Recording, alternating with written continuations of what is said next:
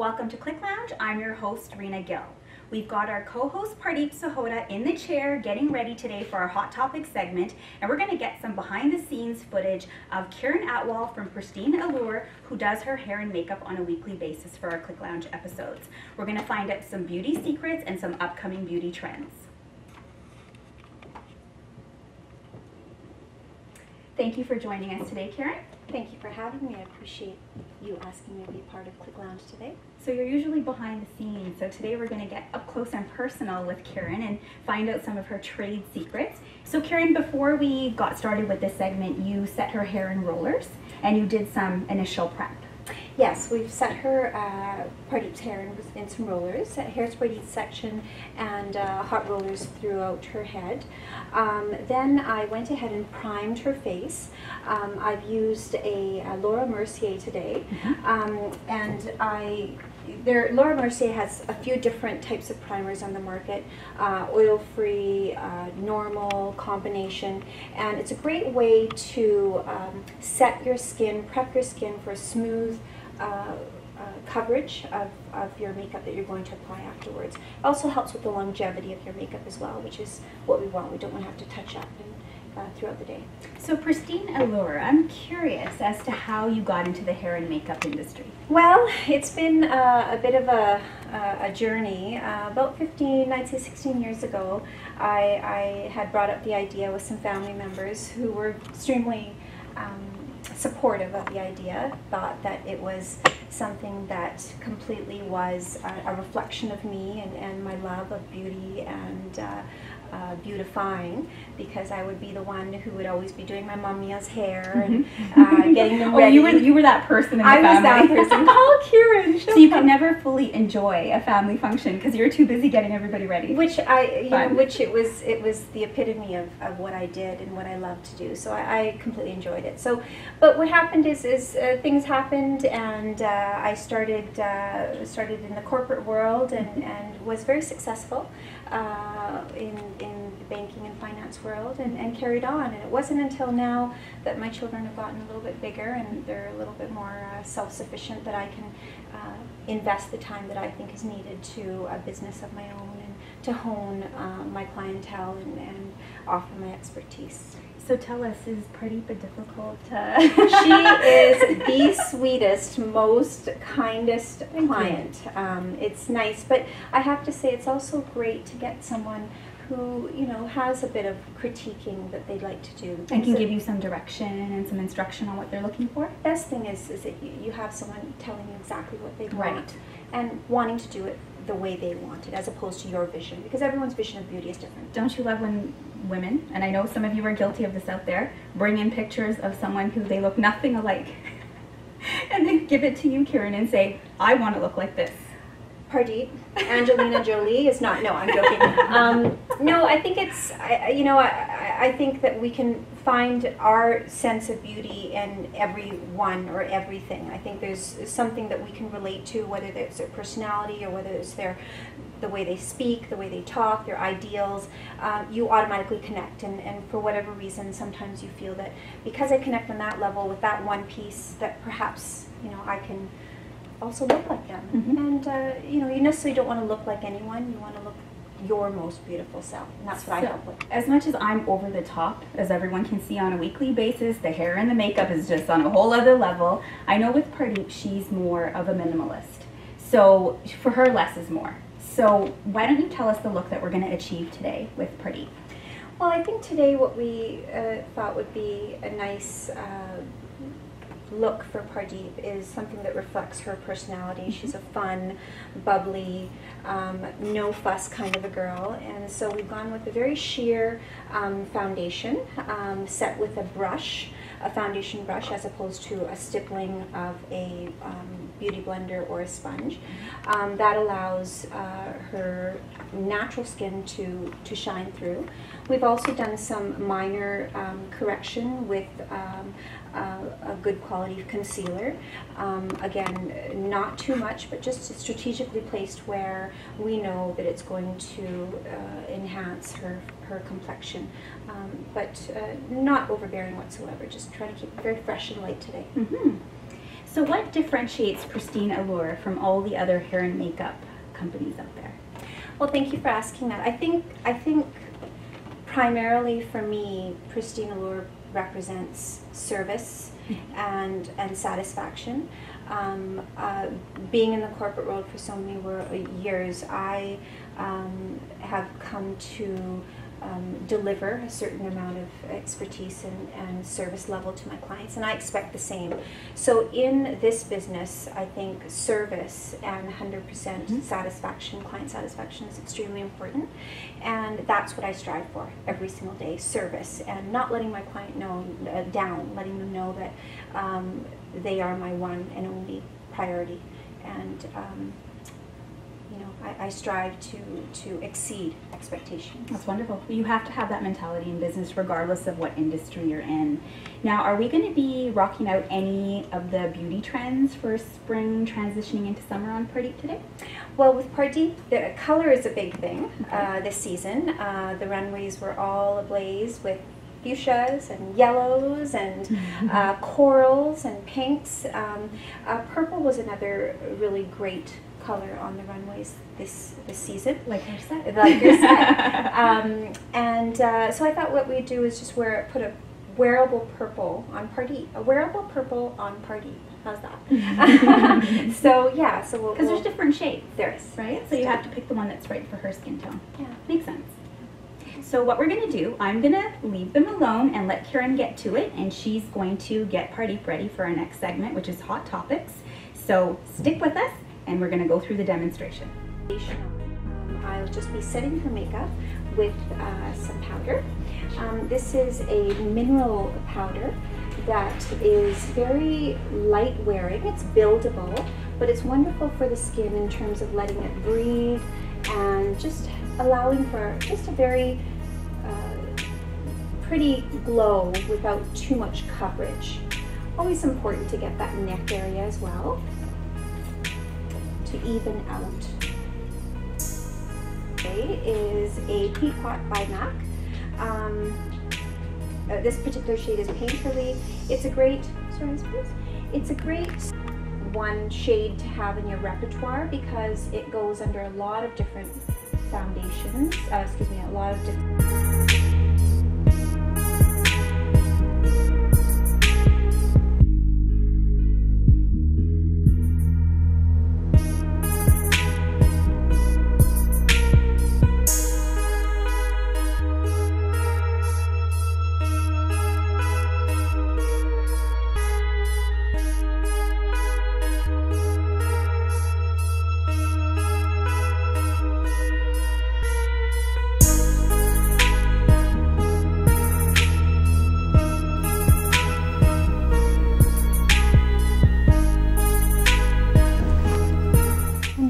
it.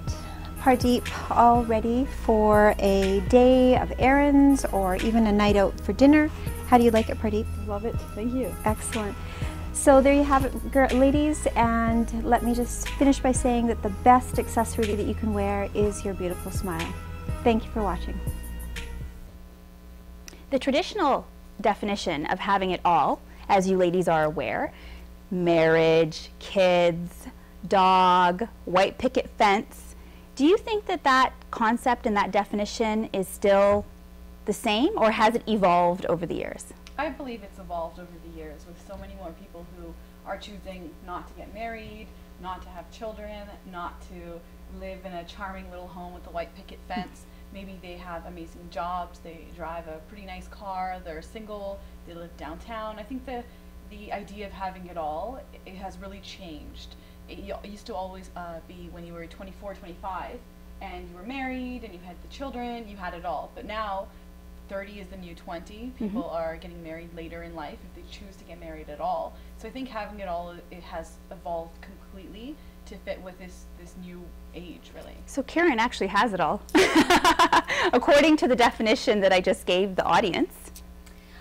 I disagree with that. Oh, okay. I think, feel free to disagree. Yeah, I think having it all is a state of mind. I think having it all necessarily isn't one thing to one person.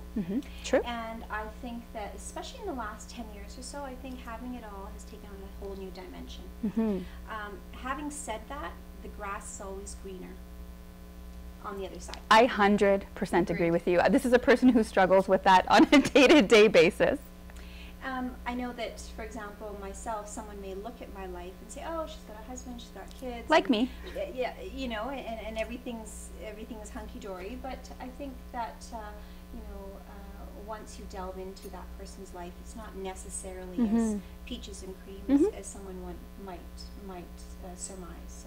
So, being a wife and a mother, Kiran, do you find that you sometimes have to compromise your family life in order to run your business? Absolutely, absolutely.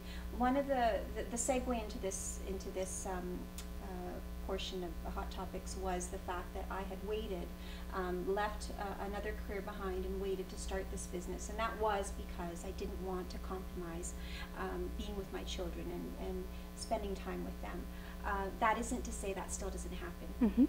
Because when my family's at home on the weekends and I'm getting up early and I'm leaving and I'm putting in a 13, 15-hour day, that's compromise in terms of my family life with them. Do you think for women to truly achieve success in their career, they have to pick and choose areas that they want to focus on, Pardeep? I don't think so. I think if you want to be successful in your career, it's hard to juggle everything. Definitely. I don't have children yet, but I have a dog. I have several dogs. Which are like children. Yeah, they really are. Totally. Because you can't just pick up and jet off if you want to, because you've got these dogs and you need to make sure that someone's taking care of them. And I mean, it doesn't really, I don't think that if you want to have that successful career or go to school or travel that you can't have children. I think that there is a balance now. There's so many more options for childcare and like juggling just your career and kids has become so much easier. Isn't it funny that after, like, I mean, a lot of the younger generation has to deal with the constant question of when are you going to get married? When are you going to get married? When are you going to get married? But then when you get married, when are you going to have kids? When are you going to have kids? When are you going to have kids? So the older generation always thinks that it works in this priority sequence. Well, it's funny because I am like kind of a newlywed. I've only been married for 2 years, but I get asked all the time. If I go out of town, people are like, "Oh, planning for a baby?" No, we're actually not. Do you think they're just trying to make conversation, though? Yeah. Right? You think it's like small talk? I think it's annoying small talk, people. Please take note. Older people are asking less and less because they've kind of understood now that maybe there's a reason these people aren't having kids. Maybe they can't have kids. Maybe they don't like there children. could be an issue there. Yeah, but I find younger women ask more so, "When are you having kids?" "Oh, you're 30? Oh, and you don't have children yet?" I get asked that all the time. I was recently asked by like a 20-year-old whether I thought that I'm getting too late to have children now. Oh, wow. And that if it was her who was at 30 and had no children, she would just give up altogether because there would be too many health problems associated with having children at 30. And my jaw just dropped because I'm 30 and I have no plans on having children anytime soon, but you don't say that to somebody at all. Totally. I also want to say that I think that women as a whole, we shouldn't put that pressure of Agreed. feeling that we need to have it all, because I think that instead of racing against time to try to have it all and then celebrate at the end, which could be many, many years down the road, is to celebrate those milestones or those successes as we go along. Agreed. Because as we have it all, more things are in store for us. Exactly. And there's no reason to wait to celebrate your life when you definitively think, yes, I have it all now. And on that note, I believe that having it all, my definition, would actually be that it's a state of mind. It's when you are content and you are happy with what you have it all. Happiness is achieved in many different ways. Absolutely. For me, I'm doing exactly what I love in my life. All my dreams are coming true, touch wood. Do we have wood around here? But you know, I just want everything to be exactly how I've envisioned it. I want it to pan out the way the universe wants it to be. I just accept everything graciously. I don't put any expectations on myself. And I feel like if more and more people didn't pressure themselves about having it all and enjoyed the ride along the way and enjoyed the journey, the destination is that much sweeter. Well, I mean, personally, where I'm at in life, I feel like I do have it all. Because my definition of having it all is everything that I have right now. I have a supportive family. Exactly. I have a cool partner. I have my dog that's behaving as she's getting older. So I feel like I have a roof over my head. So in my mind, that's having it all. I have like good friends surrounding me. I feel like I'm in a good place in my life. Wonderful. I mean, there's always things that you feel like you can improve on. Definitely. Like personally, but in terms of having everything, I look at how little some people have, and I think, wow, I'm just so fortunate to be where I am right now, and I've come so far from where I was like 10, 15 years ago. So I think it's all relative to what you think having it all means and whether you're there or not. Absolutely. So let's switch over to having it all, to bearing it all.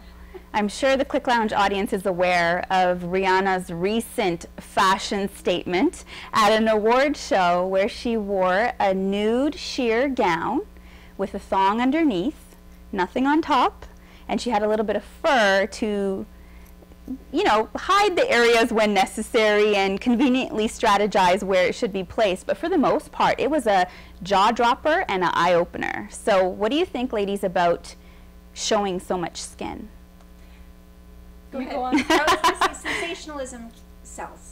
Definitely. I mean, sensationalism, call it sex, it sells. And this is a very savvy maven, style maven, that knows how to be featured on page 6. That's her job. However, personally, I think that taste needs to be in the equation. And I necessarily didn't think it was tasteful. Well, I think it's different for celebrities. Last year, I think it was at the Grammys, Lady Gaga was wearing a bikini top and a little thong. And I mean, it's all, celebrities, it's a totally different thing. I think that they're there to shock and awe you. Look at when Kim Kardashian was pregnant. People were criticizing her for getting so fat. She was rocking out styles that were for non-pregnant women, but kudos to her. Kudos to her for taking fashion risks. But they are making that millions of dollars, and they're going on tours, and everyone follows them for a reason. They're there to shock and awe us. So when a celebrity bears all, I think it's almost expected because you want them to do something risque, and it is that shock factor, sensationalism. I think it's different when you're browsing through your Facebook and you look at a news feed and you see like one of your friends or like someone on your Facebook that has bared it all. That's a little bit too much. Is that even allowed? I mean, it happens. Well, look what happened to Rihanna. You can report it. She was recently on a magazine topless, and I believe she posted that picture onto her Instagram account, which, might I add, has a huge following, and I believe they deactivated her account. Well, The irony of it all. The irony. I mean, but what's the difference? She's topless, unless she's showing full, like, frontal. And then she goes and wears this dress. But it's, I mean, I think that's pretty risky. It is pretty risky, but, I mean, she is a celebrity, so you kind of almost expect it from them, especially in, like, that hip-hop world. Well, do you remember, speaking of hip-hop, when J-Lo, back in, I believe it was 2000, she wore that Versace gown? Yes. And that was risque at that time because all she was doing was, it was basically low-cut V-neck all the way down to her stomach. That's all she was showing. But that was a big thing. Yeah, but there was something just really elegant and graceful about it at the same time. I mean, there was no... She's, you know, elegant and graceful.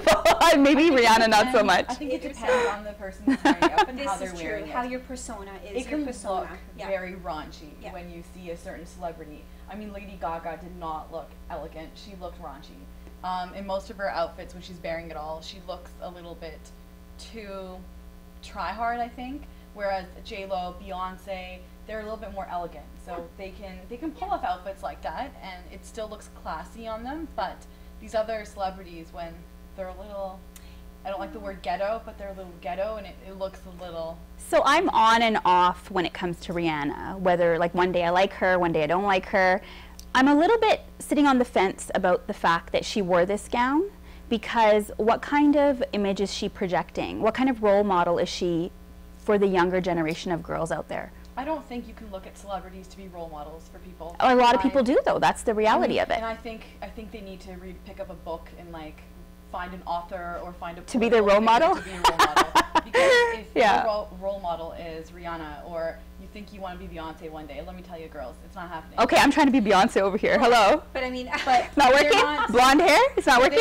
It's working. I don't think that those are like attainable role models or even positive role models. Yeah, They're but celebrities. That's with all due respect, that's not for you to be able to comment and make as a statement. I mean, that is just the way it is. Pop culture is what it is. Exactly. A lot of people follow pop culture. You're inundated. The media, you turn on the news. Reality shows? Reality shows. I mean, who watches a regular TV show anymore? Who watches There's something so like many reality shows, yeah.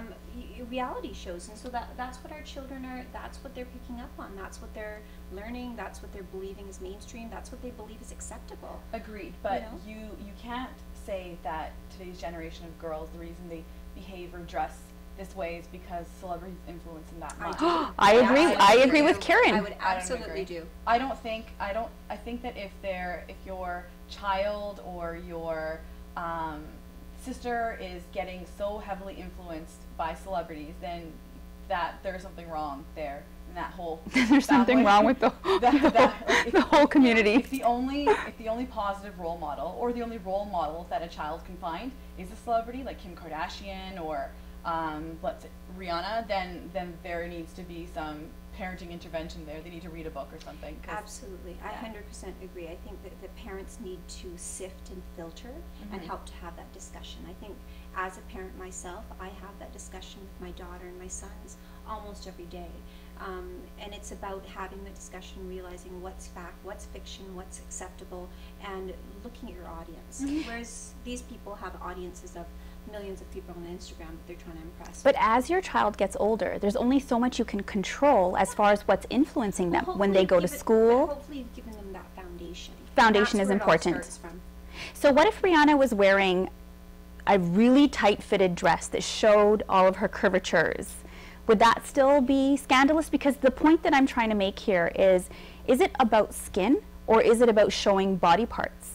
Because I'll be frank with you, I've seen many women out there wearing clothes 2-3 sizes way too small, and it's not like, I'll give an example, it's not necessarily that they're showing any skin, but you see the imprints of their body parts. Isn't that just as wrong? Isn't that just as scandalous?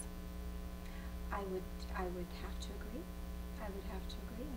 I think to be that body conscious, to portray the fact that your silhouette should foreshadow your personality, or your personality should be foreshadowed by your silhouette is a sad thing.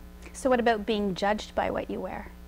Are we still in a society where we are judged by what we wear, that who we are inside is not looked at, it's as a secondary thing, that they first judge you on how you look and how you dress? As parents, we need to teach our children that that's not necessarily the first thing that we should be focusing on. It's like the statement that, well, she was dressed a certain way, so she deserved to be bleak. Exactly. That's exactly where I was going with this. So I think that is a wrong mindset, in my opinion. I believe that is not fair. It's not a fair statement. It's not necessarily a mature statement. I think that you have to take things, audience, and you have to take personality, persona, family upbringing, culture, all into account. I think as it's just human nature to see something, and if it can be sensationalized, to try to sensationalize it. True. I think celebrities are on a whole other realm. They're there to kind of give us that shock value and stir up some controversy. And the whole outfit that Rihanna wore, taking it back to that, it created publicity for her, which is what she wanted. Yeah, exactly. But it's a whole different thing if you were to walk down Robson and see just a regular old girl wearing that same outfit. Would I look at that and think it was inappropriate? Probably, because you're not there to well, I mean, unless they're a part of a bigger idea to shock and sensationalize people, create some sensationalism. But otherwise, I mean, if you're in a high school setting, is that type of an outfit inappropriate? Totally. But I mean, I'm not the right person to ask about this because I'm a huge advocate for school uniforms and people are looking this way. That's another show. That's another show. One last thing, ladies. Do you think Rihanna has a hot body? To rock that kind of outfit, you need to have a great body, let's face it. Do you think some people are hating on her because she has a hot body? Or do you think that they're actually offended by the fact that, like, the nudity under the dress? I think it's the nudity. I think it's okay. I think regardless of whether... So there's no haters out there? I mean, I'm sure there are. There's a few. There's got to be a few haters because she's doing well, she looks good, but I mean, if you're offended by the nudity, you're offended by whether the person is 100 pounds or 500 pounds. You're going to find it offensive.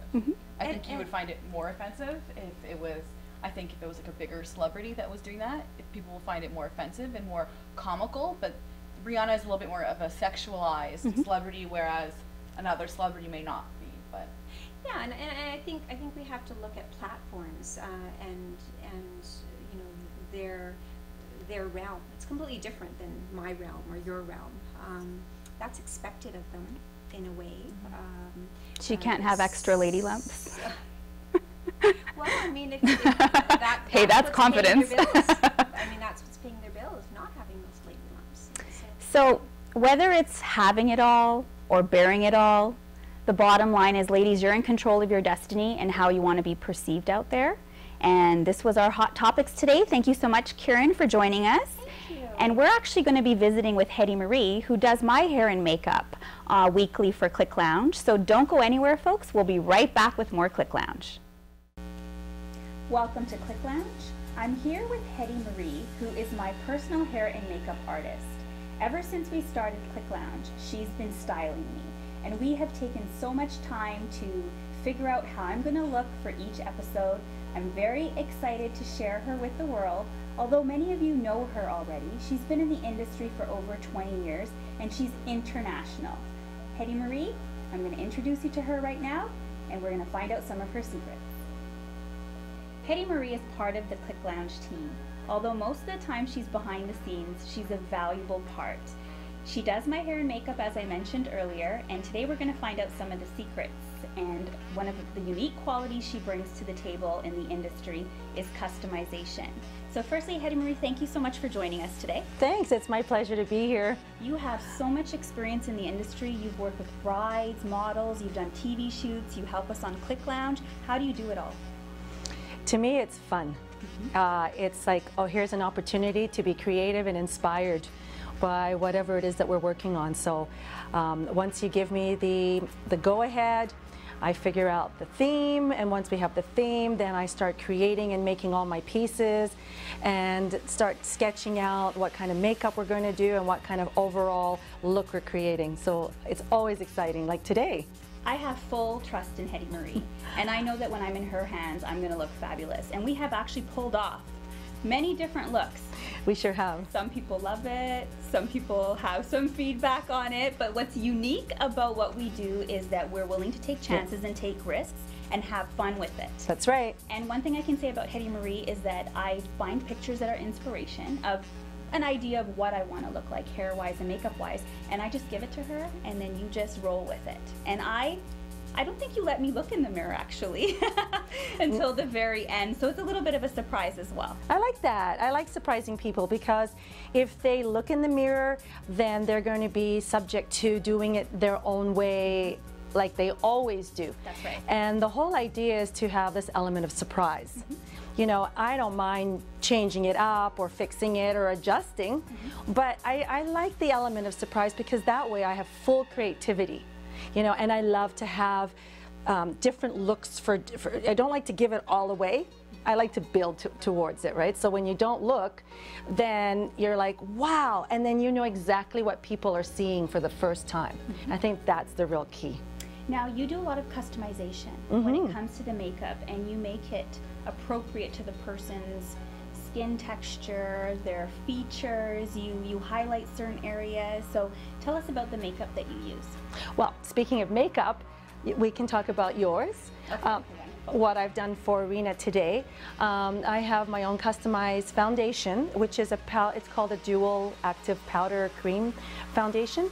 So what I usually like to do is airbrush it, and by I mean airbrush it, brush it on, so that it is very light, and I can combine different colors. Because it's matte, I can do the customizing, the toning, the shading without mixing creams or liquids or pencils or anything. So I can really pretty much use your face as the palette. So once I have the palette sketched out, then I can actually see where we're going, and I can decide if I want more or less depending on the end result of where we're going.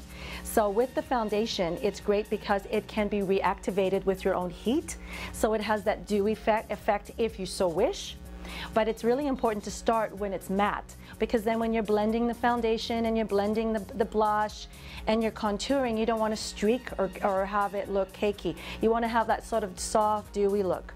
So that's really important, and because it's a professional product, it's not available anywhere. I only carry it in my store, and it's available for only the service that people offer. I offer to people. And I can attest, folks, this makeup lasts the whole day. I have literally come here in the morning to see Hedy Marie, and she's done my hair and makeup, and I have filmed back-to-back segments up until 10 o'clock at night. Yeah. And my makeup is right on point. So you definitely use good stuff. And I do recommend that people, especially women that are thinking about using Hedy Marie for their weddings or even upcoming parties, anything you name it, she's able to customize accordingly. I like that waterproof idea where everything is waterproof, even your lipstick. So, you know, it's hassle-free. You don't want to be carrying somebody with you everywhere. I want to be able to say, this is it, you know, and masterpiece. Yes, my walking masterpiece, my canvas, and off you go, for me feeling confident and happy that you're going to look great the whole time. So recently we came out with the Lovish PR Wedding and Lifestyle magazine, where you feature some of your products and your techniques, and you have a special promotion for our Click Lounge audience. So tell us about that. Well, let's show the audience what we're talking about. So this is the latest issue, the spring issue of the Lovish PR. So that is the cover you're looking for, and you can pick it up at any of the local stores. And just look for the beauty section, and in the beauty section you will find my work. And you will see the before and afters and the complete transformations. And also, you will also find my other business, which is Bollywood Hair Systems, which specializes in custom-made hair pieces, hair extensions, permanent extensions, hair loss, and custom pieces that we're going to be discussing later. But what you want to look for and look carefully in there is a gift card. So there's I'm giving away a $50 gift card. Very nice. So viewers that are watching today, check out the magazine and bring in this page so that you can get the offer of $50 off my new Flip It hair systems, and also the human hair extensions, the volumizer 200 grams. Am I entitled to that promotion? You get everything, girl. I got the hookup. You do. So this is what you're looking for. Pick up the latest issue, available at all the South Asian stores in our hood. Wonderful. So let's get to the hair pieces. Okay. I mean, I have enough hair as it is, and Hedy Marie is a magician when it comes to managing my hair. But there are those hairstyles where we do need a little extra oomph, need a little extra volume, and she knows exactly which pieces to use. So I think you have some examples here for us. Yes, and what I have created here is different types of pieces for different needs.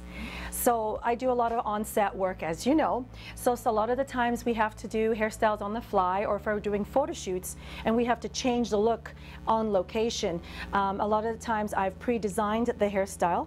So for example, if you want some nice fluffy, quick look and you want to combine some two tones, then you can pretty much clip it in and you're ready to go.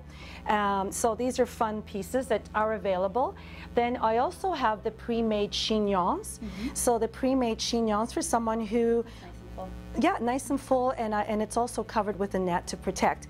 These things you can just clip them in, or you can just bobby pin them in, and it's nice because if you're going to a party and you just don't have time to get your hair done, you can just pull your hair back and then you can clip it in and you're ready to rock it. There's also the other chignons that are either, these ones I prepared. So basically, you just get the piece, the chignon pieces that are available at Bollywood Hair Systems. You pin them ahead of time of what you want. You leave a little bit hanging out. Then you clip it on to where you want it, if you want it on the top, on the back, or a low bun. And then you just blend in the rest into your hair. All you have to do is a ponytail, fix the front, and you're ready to have a beautiful do. All the hairstyles of today are all big and luscious hairstyles. So with these pieces, you can incorporate them into your own hair, and you can have this voluminous hairstyle which will not fall apart and look great. They come in different colors, different styles. If you like to have your curl but your hair doesn't curl, you can have that's not a problem I have. Well, this used to be your hair color. That's right. So you can have these bouncy curls that you can have it loose into your own hairstyle. You can flip it in and create an updo and have nice curls put together. So they come custom blended, different lengths, different styles, and they won't go fuzzy on you. So yeah, we have a lot of pieces, and I'm going to be demonstrating on how to put them in very quickly. So before we do that, I have a little secret that I want to share with the audience. I don't know if Hedy Marie wants me to share this secret, but for one of the beginning episodes and for one of my Click Lounge photo shoots, Hedy Marie actually used all hair pieces in my hair. My real hair was actually tucked underneath, and she used all hair pieces, and nobody could really tell the difference. That's the one in the article in the magazine, That's isn't right. it? And we're actually going to share that picture with the Click Lounge audience, but it was phenomenal. I was so shocked, and I kept walking around everywhere that day like this because I actually did not have to worry about any hair being out of place, which is a common worry that we have when we have our own natural hair, because it gets fuzzy, and with the weather in Vancouver, it's always raining, it's always the humidity, it makes it frizzy. So definitely I would say that for, you know, particular, if we're filming for a Click Lounge or if I'm going to an event and I really want to have less hassle with when it comes to hairstyles, I would definitely come to you for the hair pieces. So what we're going to do now, folks, we actually have the model that's on the cover of Love Ishq Pyar magazine, Ericka. She's actually going to be joining us, and we're going to be doing some demonstrations of the hair pieces. So we'll be right back. All right, now we're going to start off with the bangs. These are customized bangs, and they come in different colors, different shapes, different thickness. This one here is called the straight across, so it's very easy to put on. All you have to do is just figure out where you want it. That's wonderful. And then open the clips and clip down. Like seriously, who would ever want to cut bangs permanently when you can just do this? This is so easy. It is very easy.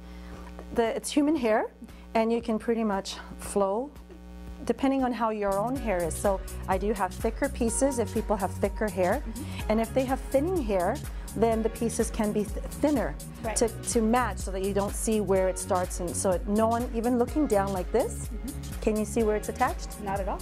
It's completely hidden. Yeah. So this is one of the series.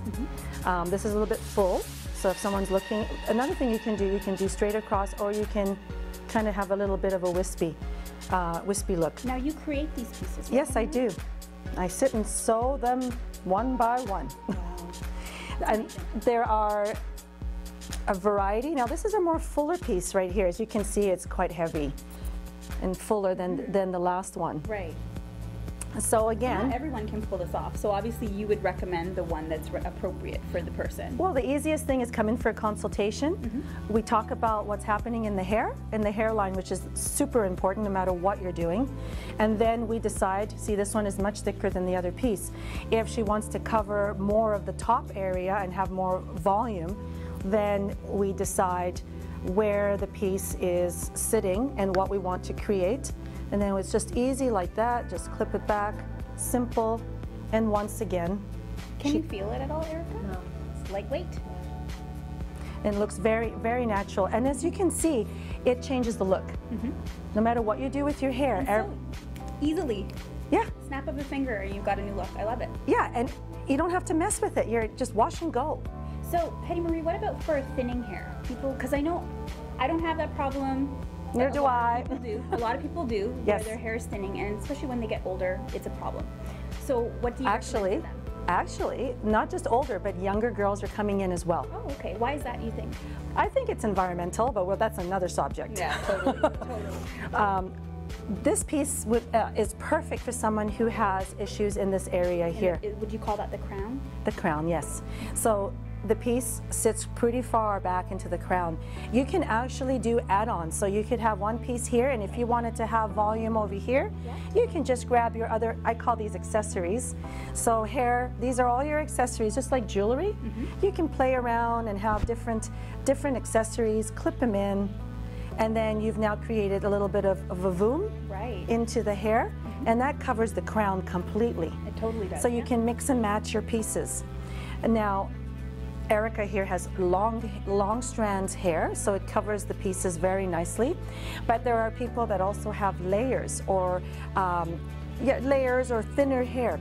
And so for that piece here, I will look for the other piece. So when you were talking about thinning hair thinning usually meaning a lot of hair loss. So then we have real full piece like this. Oh wow, It's that quite, is full. it's quite thick, gives you all the extra So hair. that would sit right on the top here. Yeah, so if the area of concern and hair loss and parting and thinning, then all you have to do is you just clip it in and you figure out what you want to do, and then you place it in, and then you create a beautiful, you know, look that It is seems like just too much fun. To even be recognizable. I know you've done some hairstyles on me where Yes. I don't look like the same person, but I love the versatility. Well, look at you. You've changed your hair color, and now you look like a new Rina. I do, and I love that about the fact that, especially with hair pieces as well, I mean, color is one thing. How many times can you actually change your hair color, right, without damaging your hair? But I love the fact that with hair pieces, you can, on a day-to-day basis, Well, look like a completely different person. speaking of color, you could actually, if you wanted to have, let's say, severe blonde bangs, there are different. So I have You and I are rocking the brownish blonde hair, so now Ericka, we're gonna have to make her a blonde too. bling her in. So basically, the pieces come in different colors. You can have them in streaks. But what's nice is that these are not like hair extensions. They actually look like they're growing out of the scalp. So you cannot see where it attaches. It looks like it's just coming out. Okay, so So it's natural. yeah, so right now I'm just going to clip it in just like that. And it looks like she just dyed her bangs. Oh, interesting.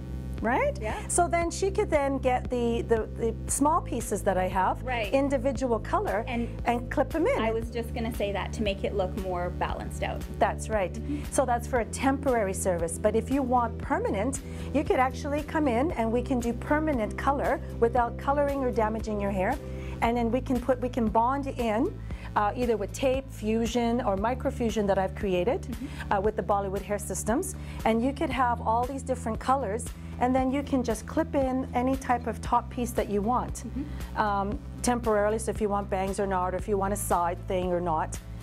And you can change your look without damaging your hair. You can do a seasonal blonde or red or brown, and it never damages your hair. It just gives you more hair. So I'm curious about updos. Because Okay. I'm not a person who puts a lot of hair. But prior to meeting Hedy Marie, I wasn't quite exposed to the hair extension world. But when it comes to updos, I've always wondered how you put them in and then you work with it. So Yes, the chignon you're talking about. Right. Yes, so let's talk about the chignon. So I'm just going to go and get her hair prepped. And basically all I'm going to do to get her hair prepped is tie it back into a ponytail. So let's go and do that. Let's get her hair in a ponytail and we'll be right back.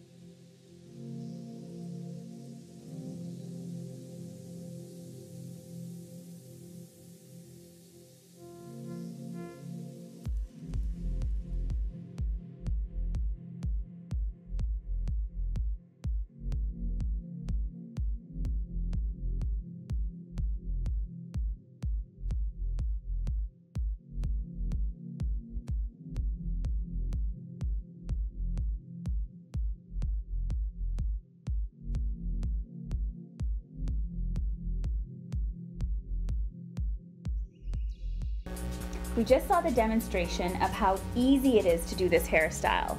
Hedy Marie, really you just used the clip-on bangs Yes? and you did the chignon perfectly. This looks like anybody can do it actually. I mean, I know you're skilled and you're talented. That's right. But I do believe that you're going to be teaching people how to do this kind of stuff. Well, it's one thing having pieces, it's another thing to be able to put it together and make it look like you're not wearing any pieces. And it's not as easy as one thinks it is. Did you try taking it out? Why don't you try? I'll pass. Okay, well.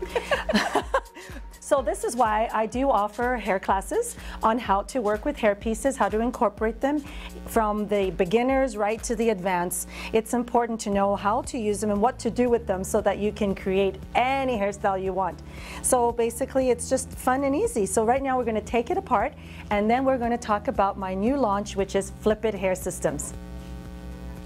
So a lot of us girls want long hair with full volume, and a way to achieve that is by using Flip It Hair Systems, which Hedy Marie is going to demonstrate on Ericka. As you can see, she has now voluminous hair, nice and thick. It's gorgeous. And also what we did for Ericka is we've created it so that it has streaks. Yeah, I see that. And you can pull them through. And she can also then, this is what we were discussing earlier, that now she can bring the blonde with her bangs if she wants to and have it all into the front. This is a very simple system. We're pretty much ready to go out the door. It's very subtle, it's not obvious. So are you going to show us how to remove it? Sure thing. So basically, you just part your hair out of the way and flip it. There you go. What a difference. And I've made this one into a two-tone. So if you want streaks, you can have color on one side and you can have another color. It can be a different color than your actual tone. So let's say her hair is black, then we go for a dark brown, and then we can do a blonde if you want. You can customize and make it whatever you like. The standard one is one color, but your option to do different things. And then this is what it would look like if it was inside the hair. So you can see where it sits and what the color does. One, it would color, or if you don't want to use the color, it wouldn't be noticeable. You can see right there, that blonde is completely gone. And then you just take your hair and flip it around. So you shared a lot of your hair secrets with us today, Hedy Marie. Thank you so much for joining us. My pleasure. Once again, Hedy Marie's part of the Click Lounge team. She does my look for every single episode. And we're actually going to, for future episodes, walk through the steps that she takes to achieve my look. Sounds great. And thank you so much to Ericka for joining us as well. Yeah. Don't go anywhere, folks. We'll be right back with more Click Lounge. Welcome back to Click Lounge. I'm your host, Rina Gill. I'm here with guest Poonam from Poonam's Kaurture. And we have worked together over the years, and I've watched her grow her business, and I'm very excited to share her story with you today. So Poonam, thank you so much for joining us. Thank you for having me, Rina. So please tell us how you started the business, Poonam, from the beginning until up until today. Well, I took some time off from my brother's wedding, and I basically went to India with my mom, and I designed clothes for my whole family. And during the wedding, people were approaching me, asking me where I've gotten my clothes from. Right. And I think that after that is when I just thought that, you know what, maybe I should turn this into a full-time thing, and I packed up my bags and I took off to Mumbai. Wow, were you feeling a little bit nervous about what you were going to experience when you went out there? Of course. I'm very familiar with India because thankfully my parents have taken me there every year, and I've spent a lot of time there with my mom, and that's who also I get my inspiration from. Very yeah, nice. it's from mom. And so I had friends and family in Bombay, but I obviously didn't know what to expect. So I just went with the flow of it. I was there for 6 months. Hunted for tailors, went through trials and errors, and it wasn't easy at all, especially from a city that is so diverse and so many languages are spoken. And me with my my Punjabi, which is not even that great. I'm sure it's better than a lot of ours out there. And my English, and there's a lot of people there that don't really speak much of that, but yeah, obviously they understand it. But it was just a whole learning experience of being in that city and trying to basically find these tailors and these karigars and these fabric shops. And honestly, there's just been no looking back ever since then. That's amazing. Your business has truly blown up in the community, and you've got a lot of fan following, so it's definitely a blessing to see someone who took a passion for fashion and turned it into an actual business. Yes. So how would you say your style differentiates from other boutiques and designers out there? Well, firstly, everything is basically hand done by me. So I go there myself and I pick out things, and I pick out gota, and I pick up materials, and I choose colors myself. That's time consuming. It is time consuming, but I do enjoy it. And I don't have a third person that's doing it for me. So basically that definitely makes a piece very different. Basically when you see the piece, it's more of a designer piece which has, all these other things equipped into it, basically with my style, and basically making it personal for the client, and I'm obviously personalizing it with my design. So it's a true essence, a reflection of who you are. Exactly, for sure. Wonderful. So can we expect a Poonam's Couture store anytime soon? You know, hopefully one day, but right now, because the brand is expanding and somehow I've gotten to the UK market, which is, you know, I'm so grateful for. And work's just been so busy that right now I'm hardly even able to keep up with my orders. Right, I can imagine. Yeah, but right now I'm going to keep it a little bit more exclusive, which I think a lot of clients appreciate, because you can't really go out into a store and buy a piece. You have to go through me, and I sometimes can do them, and sometimes I have to say I have to wait until next year, because I can only take on so many pieces throughout. You know, Poonam, I really respect the fact that you put so much emphasis on quality control. Yes. Because the first thing that people do once their business starts taking off is they think about expanding and doing mass production, and then they start overlooking the details that actually got them the popularity and got them to where they are today. So the fact that you're holding on to that, I think that's a brilliant idea, and I think that's probably why your customers are so loyal to you. And I think that'll continue for a long time to come. But sooner or later, you're going to have to think about, you know, your 5-year plan and how you want to expand the business.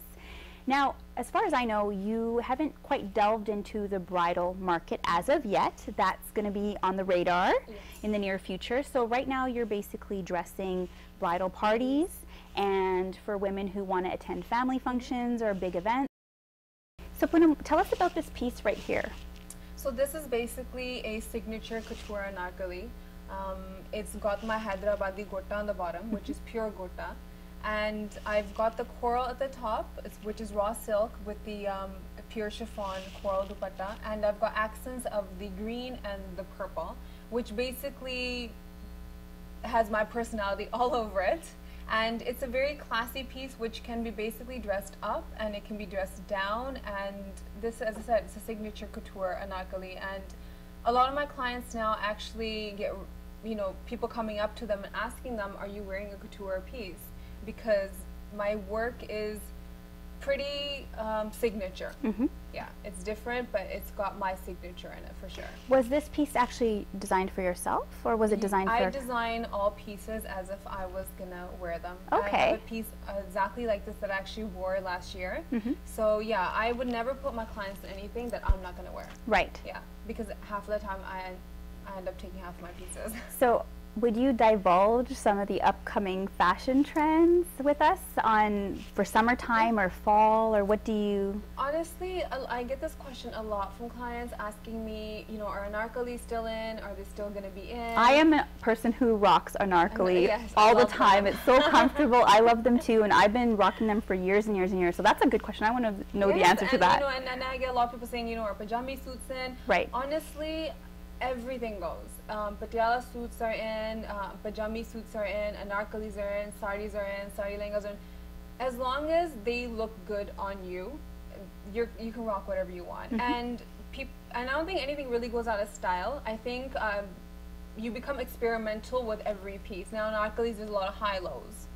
And now there's the shorter anarkalis are coming in, or there were the gowns that were really long that were the anarkali. So I don't think anything kind of really goes out of style. I think that basically what happens with each piece, it just kind of evolves. Right. Yeah. So all these suits and outfits I have in my suitcase, because you know, myself, I can't imagine how many suitcases you have, but we all have all these clothes from over the years. Yeah. And you know how us girls are. We try to be strategic with where we wear our outfits, depending on the crowd that's going to be there and who's already seen us in this outfit. So it's good to know that obviously with any fashion trend, it does evolve, so it's good to hold on to it. I mean, you could probably change up a piece here, like a style part of it here and there. Of course, like my mom has saris from her wedding, and they're beautiful. Yeah. And, you know, those pieces are in style. As I said, you just have to be comfortable in what you're wearing. And I think style and trend also has to do a lot with your makeup, your jewelry. How you accessorize? Yeah, just basically how you put yourself together. So I'm telling all the girls to hang on to their pieces, and they're definitely going to be wearable over the years. So speaking of accessories, Poonam, are you thinking about getting... Did you just say no? Just like that. She said no, folks. We can't look forward to Poonam's Couture. I don't even have time for my clothes, but jewelry is a huge, huge thing that I'm just having way too much fun actually shopping around for it and actually wearing them with my pieces, But yeah, I just right now that's just something I don't think I'd be able to get into. There's only one Poonam, right? Yeah, exactly. There's only one of me, and There's a lot of copycats. Yeah. This is the real Poonam right here. And this Poonam likes to travel back and forth. You pretty much spend 6 months here and 6 months in India. Yeah. How do you manage? It must be so challenging to manage that lifestyle. It is challenging, but at the same time, I'm so very blessed that basically I get best of the both worlds, and I get to be in the UK, I get to be in Mumbai, and I get to be here. The most challenging part, obviously, for me is leaving my family. Right. Because when I'm home, I'm basically FaceTiming them every day, talking to them every day, and Snapchat now. But I honestly love it. I am very blessed for this life and this lifestyle that I get to basically be here in this wonderful country, and then I get to go to India and be in another wonderful country, and it's just, they're two different places, but basically India, just I get to see the everyday hardships of a lot of people, and I get to basically put on my chappals and my kurta and really get in with the locals and with my tailors and my karigars, and you know, just basically see the hardships of their lives and the culture of their lives, and honestly, and it's just really, really wonderful for me. Well, I'm very excited for you, and you know I'm your big supporter, and I want you to come back on our show again, of course, when you're in town, and fill us in, because we're all fascinated with your lifestyle. And there's a lot more to come with Poonam's Couture. We are actually going to be showing some footage of some of your previous client work. Yes. And you know, that's the first thing they do actually when they get their Poonam's Couture package in the mail. They take a picture like, see, I got it. That's very cute. You have a very loyal fan base. Yes. And as I said, we're going to take a quick look. You're tuning into Click Lounge. We're with Poonam from Poonam's Couture. Don't go anywhere.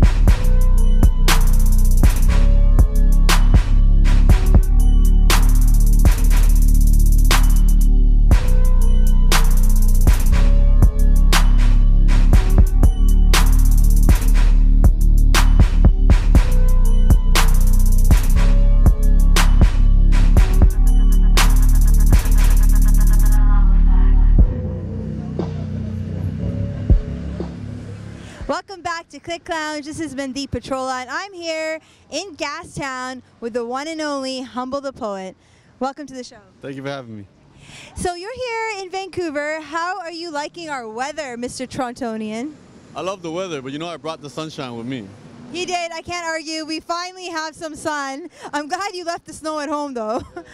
So, you know, Kanwar, that's your real name, Kanwar Singh. And, you know, you call yourself Humble the Poet. That's now become the name that we all know you by. Yes.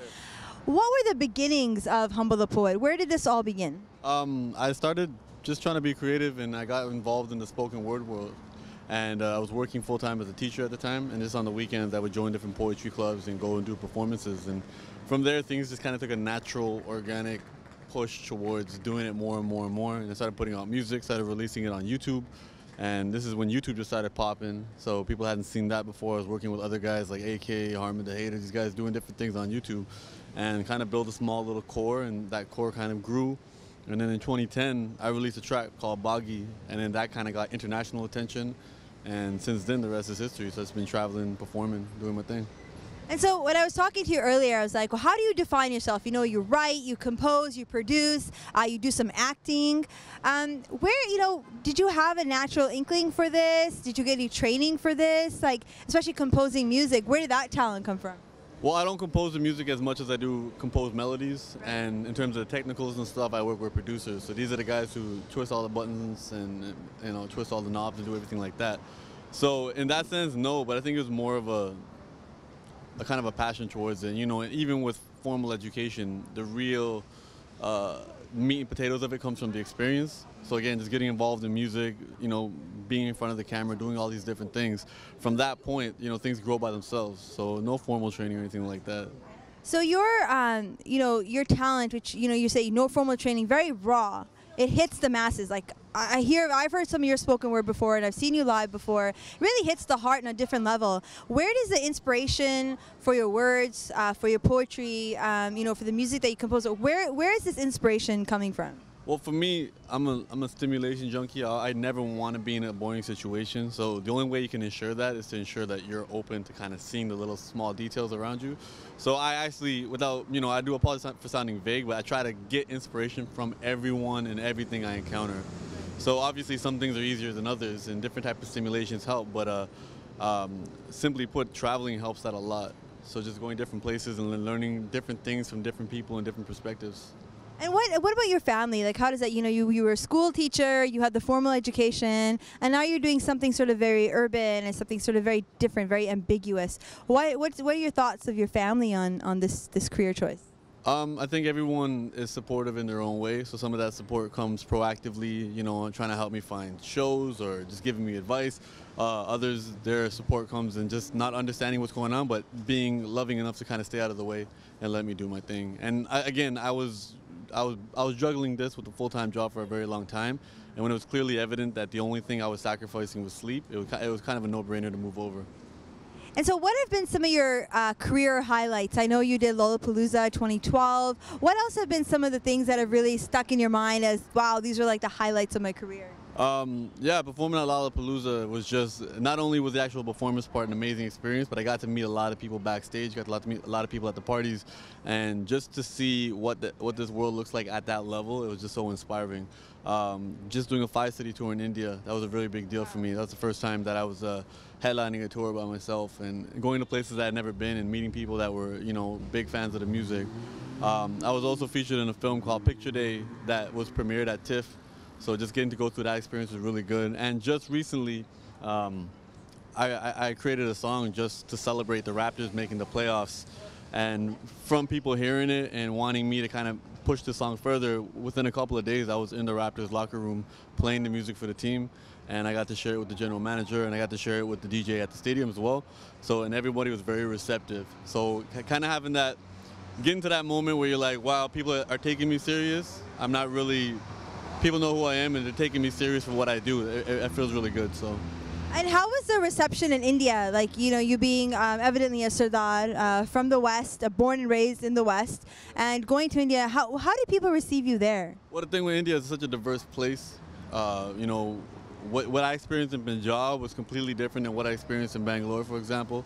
What you notice there is just because of the class of people who have the leisure time to enjoy this, is they have a world scope. They kind of understand what's going on, so I don't really feel like I'm explaining anything to these guys. They get the music, they get the energy, they get what I'm trying to do.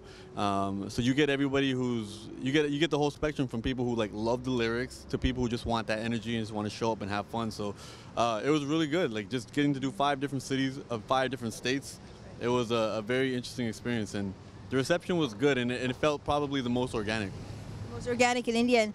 What you yourself, you know, over time, has your identity of yourself, you know, like I said, born and raised in the West, you know, you're a Sardar and you've grown up with a certain identity. Has being now this artist that speaks to the masses, that speaks to our hearts, has this changed or evolved your identity as an individual? I think if anything, it helped me become more aware of it. I kind of feel like I'm just, you know, this rock that's just covered in something. And all I'm doing every day is just kind of polishing it, trying to get a better picture of what I'm looking at.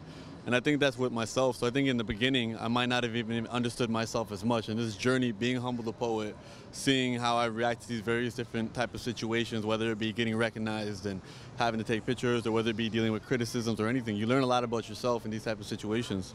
So I mean, in that sense, my actual identity, I think, it's continually getting unlayered, and I'm learning more about myself. And I'm also being more comfortable with the idea that I am who I am. So, you know, if I speak a certain language, if I dress a certain way, this is the way that I'm naturally leaning towards, and I should be happy to be in my own skin. And that's the kind of thing I would want to encourage other people as well.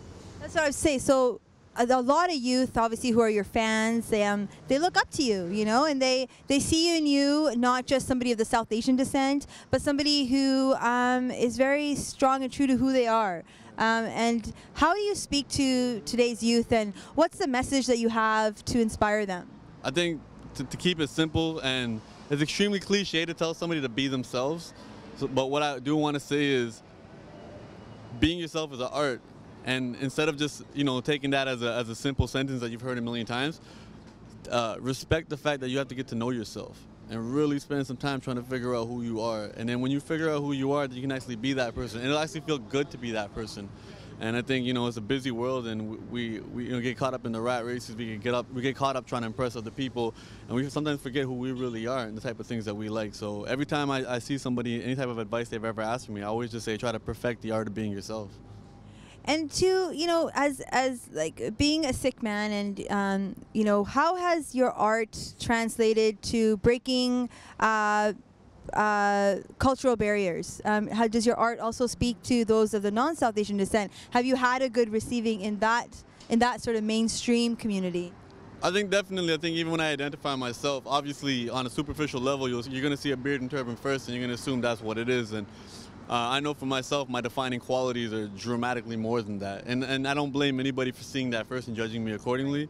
You know, but when there's an opportunity to share with that, you know, I'm heavily Toronto-centric. I was born and raised in Toronto, and it being such a diverse place, ethnically as well as economically, as well as schools of thoughts, mindsets, that level of diversity forced me to continually keep my mind open. So I always, I'm very heavy in terms of promoting the city, because I feel that it did a lot to define me. So other hardcore Torontonians, when they hear some of the things I say or do, and for example, the song I did for the Raptors, it's the same thing. They kind of hear that this guy is a native of Toronto, and they can kind of see past that, and other things like that. It's kind of I kind of look to take my story, whatever my story is, because hip hop is storytelling. I try to strip away the details and just focus on some of the feelings and emotions associated with it. And a lot of people connect it because we've all been through the same things. You know, I don't have to tell you what my regret is, but I can talk about how it is to deal with regret. And I can't tell you what my anxieties are, because that may not connect with you, but talking about anxiety itself will connect with people. So in essence, you are speaking to essentially the masses then, to everybody who wants that feeling or wants that inner, that to look on the inside, because your words are very powerful. So when you say, when Humble is by himself, you know, in his room, or your special place where you put together these words or you put together these lyrics, do you draw on something special? Do you have a routine? Do you, like, walk us through it. Like, how does it all work? I just, again, I think getting motivated, getting inspired requires a level of stimulation. So what I like to do is I like to read other people's stuff or listen to music or what have you. So, you know, if I love lyricism, so I'll listen to some of my favorite lyricists, and just, you know, even if it's at the gym, just doing that, it just starts to stimulate the mind, get your ideas out there. I love going online and just reading random quotes from people and hearing the way they put their words together. I love stand-up comedians for that reason too, because they're very eloquent with their words and their deliveries are very important. So for my process is always just getting stimulated. No different than warming up before you go play a sport. So my warm-up is hearing other people do what they do and kind of getting my energy up that way. Well, I hope that you found some inspiration here in Vancouver as well. Maybe I inspired Humble the Poet, I don't know. But, you know, speaking of inspirations, there is a word on the street that you are working on a book that you released last month, Unlearn. Tell us a little bit about that. Yeah, so I dropped a book last month called Unlearn that was probably about 1.5 years in the making. And it's 101 tiny chapters, just thoughts and reflections on things that I had to learn to let go, transitioning from being a school teacher in a very wholesome environment to like the cutthroat world of entertainment, and me kind of having to grow up into that situation and not know what to expect, because there really isn't no manual on how to get involved in this type of stuff. So all the lessons I learned, I kind of documented them, shared them, and the conversations I was having with myself during this period, I wrote them down, and then I formatted them in a way that people can kind of read them and understand. And the whole premise behind Unlearn is, I'm not here to promise you something new. I'm here to help you kind of wash away or strip away some of this used up ideas or irrelevant ideas that are kind of keeping you from doing what you want to do. So I'm not here to teach you something new. I'm here to remind you of what you've already known. And how can people access Unlearn? Like, if we want to read it, do you have a website, social media? How can we get our hands on this book? So they can check out a sample. I have 10 chapters out on as a free ebook, and everything's at unlearn101.com, or they can go to my website, humblethepoet.com. And I do want to ask you one final thing about your book. I read a short excerpt from it. It was about letting go of the past and not letting your past have a free piggyback ride through as you go through life. What would you say is one of your regrets and how you've overcome it to completely just let it go and move on? I don't really think I have any more regrets, because I've kind of reevaluated that relationship. So there are things in the past that obviously when I think about them, I wish I hadn't done them. But then I also respect the concept of causality, and things happen. Things happen because of other things and the consequences and stuff. So sometimes when a negative situation happened at that time, I can also recognize, well, had that not happened, then maybe I wouldn't have met so-and-so, or maybe I wouldn't have got the motivation to create so-and-so. So there have been some very negative situations that I've gone through, as everybody has in their life. I think I always try to train my mind to find the silver lining or create a silver lining from it. And what can we expect, finally, to all our viewers, to all of your fans? What does Humble the Poet have for us in the future, and what should we be looking out for? Definitely more books. So I'm becoming a serial author, where it's going to be a lot more books than people can read, as well as I have a boatload of brand new music that is I've designed it. My whole mindset with the music is shake your booty, shake your mind. So everything that I do, you can shake your booty to the music and not think about what you're hearing, but at the same time, if you want to pay attention, there's something there that's going to stimulate your mind. And there's a lot of it. There's actually a lot of it coming out. And then just other creative projects as well. So I'm wearing Raji Ojala's clothes right now. So I was modeling for her at the fashion show on Sunday. I also did a couple photo shoots for a couple other companies out in Toronto. So I do that. And then I also co-wrote and starred in a short film comedy called Bull Beer the Barber. So I play a barber in that. And I've also just completed a full-length script that I'm in the process of polishing up. So totally the creative, an actor, a model. We'll be sure to shake our booties and shake our mind, but thank you so much for talking to us. It was great having you in our city. Hopefully you had a great time, and any final words for our viewers? Just thank you everybody for your support, and just keep checking it out. Ridiculous as hell. Available on iTunes. #.